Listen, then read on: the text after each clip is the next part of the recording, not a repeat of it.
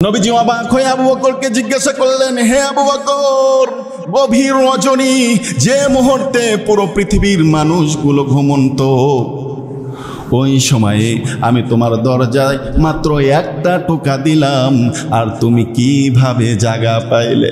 আবু বকর সিদ্দিক রাদিয়াল্লাহু আনহু কেঁদে কেঁদে আমার নবীজিকে বলেন, নবীজি, আমি আপনাকে ভালোবাসি, আমি আপনাকে ভালোবাসি। যেদিন আপনি বলেছেন আবু বকর তুমি প্রস্তুত থেকো, প্রস্তুত থেকো, আমি আবু বকর ওদিন থেকে বিছানায় পিঠ দিয়ে ঘুমাই নাই।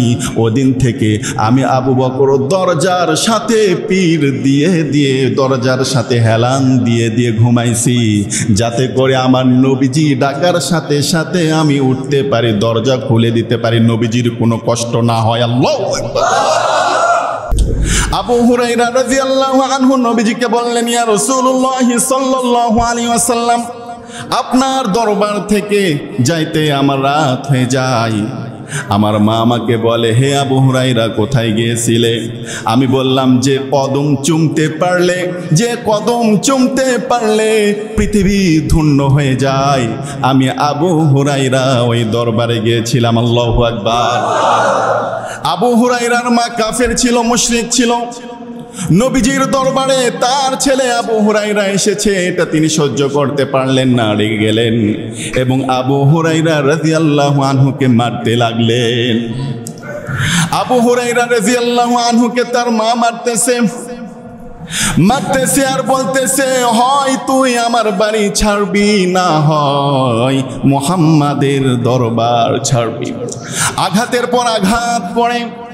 আবু হুরায়রা রাদিয়াল্লাহু আনহু আঘাতে আঘাতে কান্না করে আর বলে, হয় আমি দুনিয়া ছেড়ে চলে যাব, আপনি যদি আমাকে মারতে মারতে মারতে মারতে দুনিয়া থেকেও বিদায় দিয়ে দেন, আমি মরে যাব, তবুও মুহাম্মাদুর রাসূলুল্লাহ সাল্লাল্লাহু আলাইহি সাল্লামের দরবার আমি ছাড়তে পারবো না। আল্লাহু আকবার।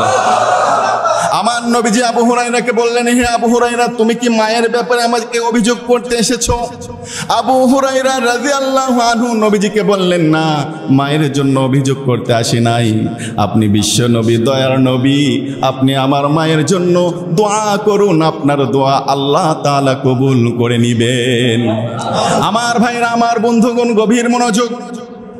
নবীজি এবার আবু হুরায়রার আম্মার জন্য দোয়া করা শুরু করে দিলেন। আল্লাহুম্মা ইহদি উম্মে আবি হুরায়রা, হে আল্লাহ, আপনি আবি হুরায়রার মাকে হেদায়েত দান করুন। নবীজি যখন দোয়া করতেছিলেন, আবু হুরায়রা রাদিয়াল্লাহু আনহু বাড়ির দিকে দৌড় দিলেন। সাহাবায়ে কেরাম অবাক হয়ে গেলেন।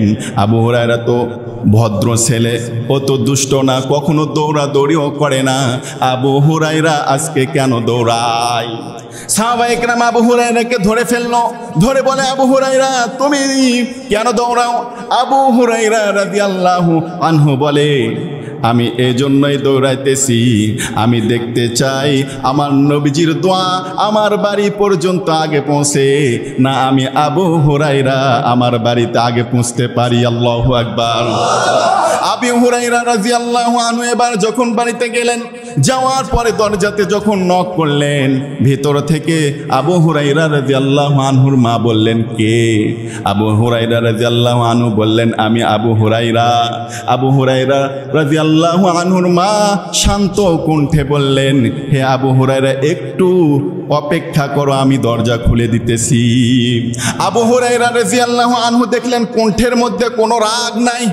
তিনি বুঝে ফেললেন যে আমি বাড়িতে দৌড়ে আসার আগেই আমার নবীজির দোয়া আমার বাড়ি পর্যন্ত পৌঁছে গেছে। আল্লাহু আকবার। আবু হুরায়রার মা এবার যখন দরজা খুলে দিলেন, খুলে দেওয়ার পরে আবু হুরায়রা রাদিয়াল্লাহু আনহু যখন বাড়ির মধ্যে ঢুকলেন, মা বলে, আবু হুরায়রা, আমার ভুল হয়েছে, আমি তোমাকে অনেক মেরেছি, আমাকে মাফ করে দাও, আমি আর দেরি করতে চাই না, আমি গোসল দিয়ে পবিত্র হয়ে বসে আছি যে আমি এখনই নবীজির দরবারে গিয়ে কালেমা পড়ে মুসলমান হয়ে যাব। লা ইলাহা ইল্লাল্লাহু মুহাম্মাদুর রাসূলুল্লাহ। সকলে বলি সাল্লাল্লাহু আলাইহি সাল্লাম। সাহাবায়ে কেরাম জীবনে নবীজির কোন সুন্নাতকে ছাড়েন না। জন আল্লাহর ওলিকে যদি এক পাল্লায় রাখেন, 1000 জন আল্লাহর ওলিকে যদি এক পাল্লায় রাখেন, 1000 জন আব্দুল কাদের জিলানী রহমাতুল্লাহি আলাইহিকে যদি এক পাল্লায় রাখেন, তারপরেও নবীজির একজন সাহাবী যে নবীজিকে স্বচক্ষে দেখেছে এবং ঈমানের সাথে মৃত্যুবরণ করেছে, একজন নবীজির সাহাবীকে যদি এক পাল্লায় রাখা হয়, আর আব্দুল কাদের জিলানী রহমাতুল্লাহি আলাইহির মতো 1000 জনকে যদি এক পাল্লায় রাখা হয়, তাহলে নবীজির একজন সাহাবীর দাম তার থেকে বেশি, ঠিক কিনা? এজন্য সাহাবীদেরকে আমাদেরকে অনুসরণ করতে হবে। সাহাবায়ে কেরাম যেরকম ভাবে সুন্নাতকে পালন করেছেন, ওইভাবে আমাদেরকে সুন্নাত পালন করতে হবে। তৃতীয় নম্বর হলো মুহাব্বত। সাহাবায়ে কেরাম নবীজিকে কেমন ভালোবেসেছেন? সাহাবায়ে কেরাম যেরকম ভাবে নবীজিকে ভালোবেসেছেন, ওইভাবে আমাদেরকে নবীজিকে ভালোবাসতে হবে, ঠিক কিনা? কেমন ভালোবেসেছিলেন হযরতে আবু বকর, হযরতে আবু হুরায়রা রাদিয়াল্লাহু আনহু? কেমন ভালোবেসেছিলেন হযরতে আবু বকর সিদ্দিক রাদিয়াল্লাহু আনহু?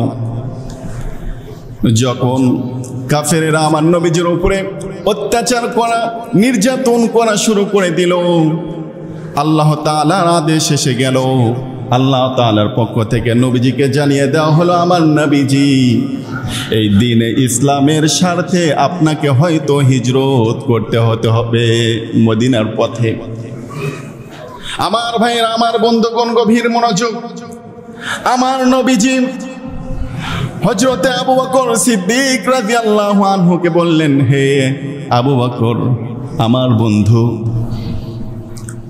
হয়তো আমার সাথে আপনাকে হিজরত করতে হতে পারে, আপনি প্রস্তুত থাকবেন? 1 মাস আগে বলেছেন। 1 মাস পরে যখন কাফেরেরা আমার নবীজির ঘরের চারিদিকে তারা দলবদ্ধভাবে বসে গেল নবীজিকে হত্যা করার জন্য, আল্লাহ তাআলা নবীজিকে জিবরাইল আমিনের মাধ্যমে জানিয়ে দিলেন, আমার নবীজি, আর দেরি নয়, এখনই আপনাকে হিজরত করতে হবে।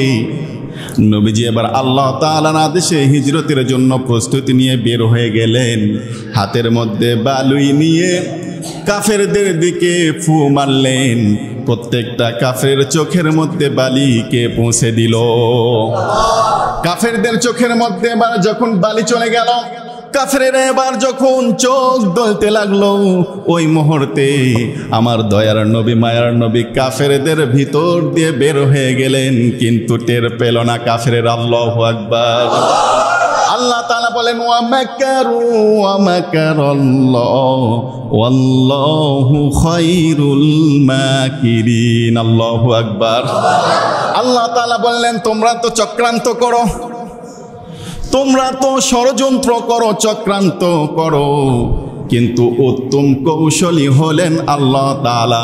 যতই চক্রান্ত করো না কেন, আল্লাহ তাআলা যদি হেফাজত করেন, যতই চক্রান্ত করো, ষড়যন্ত্র করো, দ্বীনে ইসলামের কোনো ক্ষতি করতে পারবে না। আল্লাহু আকবার। আমার ভাইরা, আমার বন্ধুগণ, নবীজি এবার বের হয়ে গিয়ে সাথে আবু বকর সিদ্দিক রাদিয়াল্লাহু আনহুর কাছে চলে গেলেন। যাওয়ার পরে দরজায় একটা টোকা দিলেন।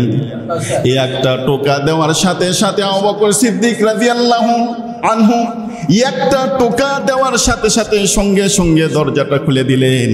দরজা দিয়ে খুলে দিয়ে বললেন, লাব্বাইক সাদাইক ইয়া রাসূলুল্লাহ। আল্লাহু আকবার।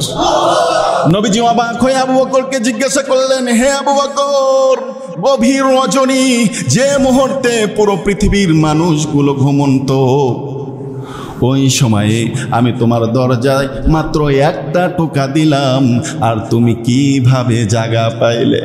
আবু বকর সিদ্দিক রাদিয়াল্লাহু আনহু কেঁদে কেঁদে আমার নবীজিকে বলেন, নবীজি, আমি আপনাকে ভালোবাসি। আমি আপনাকে ভালোবাসি।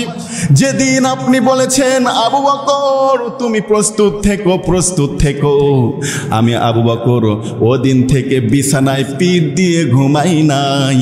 ওদিন থেকে আমি আবু বকর দরজার সাথে পিঠ দিয়ে দিয়ে দরজার সাথে হেলান দিয়ে দিয়ে ঘুমাইছি, যাতে করে আমার নবীজি ডাকার সাথে সাথে আমি উঠতে পারি, দরজা খুলে দিতে পারি, নবীজির কোনো কষ্ট না হয়। আল্লাহু আকবার।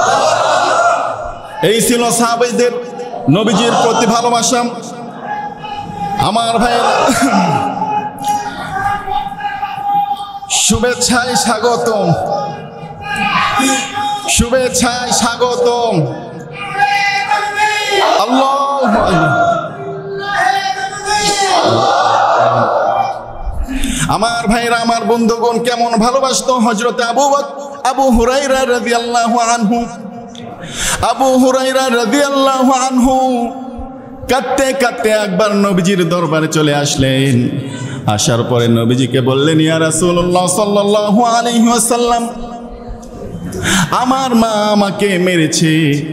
নবীজি বললেন, হে আবু হুরায়রা, তোমার মা তোমাকে কেন মেরেছে? আবু হুরায়রা রাদিয়াল্লাহু আনহু নবীজিকে বললেন, ইয়া রাসূলুল্লাহ সাল্লাল্লাহু আলাইহি ওয়াসাল্লাম, আপনার দরবার থেকে যাইতে আমার রাত হয়ে যায়। আমার মা আমাকে বলে, হে আবু হুরায়রা, কোথায় গিয়েছিলে? আমি বললাম, যে কদম চুমতে পারলে, যে কদম চুমতে পারলে পৃথিবী ধন্য হয়ে যায়, আমি আবু হুরায়রা ওই দরবারে গিয়েছিলাম। আল্লাহু আকবার।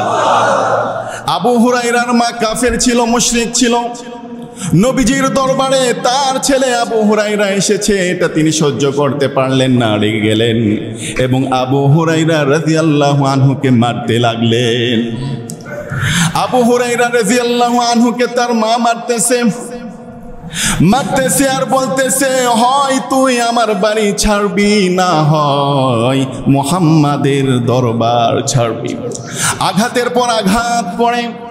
আবু হুরায়রা রাদিয়াল্লাহু আনহু আঘাতে আঘাতে কান্না করে আর বলে, হয় আমি দুনিয়া ছেড়ে চলে যাব, আপনি যদি আমাকে মারতে মারতে মারতে মারতে দুনিয়া থেকেও বিদায় দিয়ে দেন, আমি মরে যাব, তবুও মুহাম্মাদুর রাসূলুল্লাহ সাল্লাল্লাহু আলাইহি সাল্লামের দরবার আমি ছাড়তে পারবো না। আল্লাহু আকবার।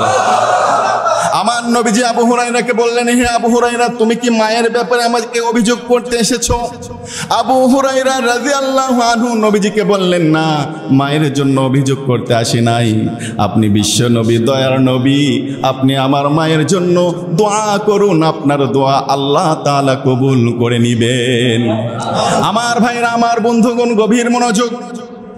নবীজি এবার আবু হুরায়রার আম্মার জন্য দোয়া করা শুরু করে দিলেন। আল্লাহুম্মা ইহদি উম্মে আবি হুরায়রা, হে আল্লাহ, আপনি আবি হুরায়রার মাকে হেদায়েত দান করুন। নবীজি যখন দোয়া করতেছিলেন, আবু হুরায়রা রাদিয়াল্লাহু আনহু বাড়ির দিকে দৌড় দিলেন। সাহাবায়ে কেরাম অবাক হয়ে গেলেন। আবু হুরায়রা তো ভদ্র ছেলে, ও তো দুষ্ট না, কখনো দৌড়াদৌড়িও করে না, আবু হুরায়রা আজকে কেন দৌড়ায়? সাহাবায়ে কেরাম আবু হুরায়রাকে ধরে ফেললো, ধরে বলে, আবু হুরায়রা, তুমি কেন দৌড়াও? আবু হুরায়রা রাদিয়াল্লাহু আনহু বলে, আমি এজন্যই দৌড়াইতেছি, আমি দেখতে চাই আমার নবীজির দোয়া আমার বাড়ি পর্যন্ত আগে পৌঁছে না আমি আবু হুরায়রা আমার বাড়িতে আগে পৌঁছতে পারি। আল্লাহু আকবার। আবু হুরায়রা রাদিয়াল্লাহু আনহু এবার যখন বাড়িতে গেলেন, যাওয়ার পরে দরজাতে যখন নক করলেন, ভিতর থেকে আবু হুরায়রা রাদিয়াল্লাহু আনহুর মা বললেন, কে? আবু হুরায়রা রাদিয়াল্লাহু আনহু বললেন, আমি আবু হুরায়রা। আবু হুরায়রা রাদিয়াল্লাহু আনহুর মা শান্ত কণ্ঠে বললেন, হে আবু হুরায়রা, একটু অপেক্ষা করো, আমি দরজা খুলে দিতেছি। আবু হুরায়রা রাদিয়াল্লাহু আনহু দেখলেন কণ্ঠের মধ্যে কোনো রাগ নাই। তিনি বুঝে ফেললেন যে আমি বাড়িতে দৌড়ে আসার আগেই আমার নবীজির দোয়া আমার বাড়ি পর্যন্ত পৌঁছে গেছে। আল্লাহু আকবার। আবু হুরায়রার মা এবার যখন দরজা খুলে দিলেন, খুলে দেওয়ার পরে আবু হুরায়রা রাদিয়াল্লাহু আনহু যখন বাড়ির মধ্যে ঢুকলেন, মা বলে, আবু হুরায়রা আমার ভুল হয়েছে, আমি তোমাকে অনেক মেরেছি, আমাকে মাফ করে দাও, আমি আর দেরি করতে চাই না, আমি গোসল দিয়ে পবিত্র হয়ে বসে আছি যে আমি এখনই নবীজির দরবারে গিয়ে কালেমা পড়ে মুসলমান হয়ে যাব। লা ইলাহা ইল্লাল্লাহু মুহাম্মাদুর রাসূলুল্লাহ। সকলে বলি সাল্লাল্লাহু আলাইহি ওয়াসাল্লাম। আল্লাহ তাআলা আমাদের সকলকে নবীজির প্রতি পরিপূর্ণ ঈমান, পরিপূর্ণ ইত্তেবা এবং পরিপূর্ণ মুহাব্বত আনার তৌফিক দান করুন। সকলেই বলি আল্লাহুম্মা আমিন।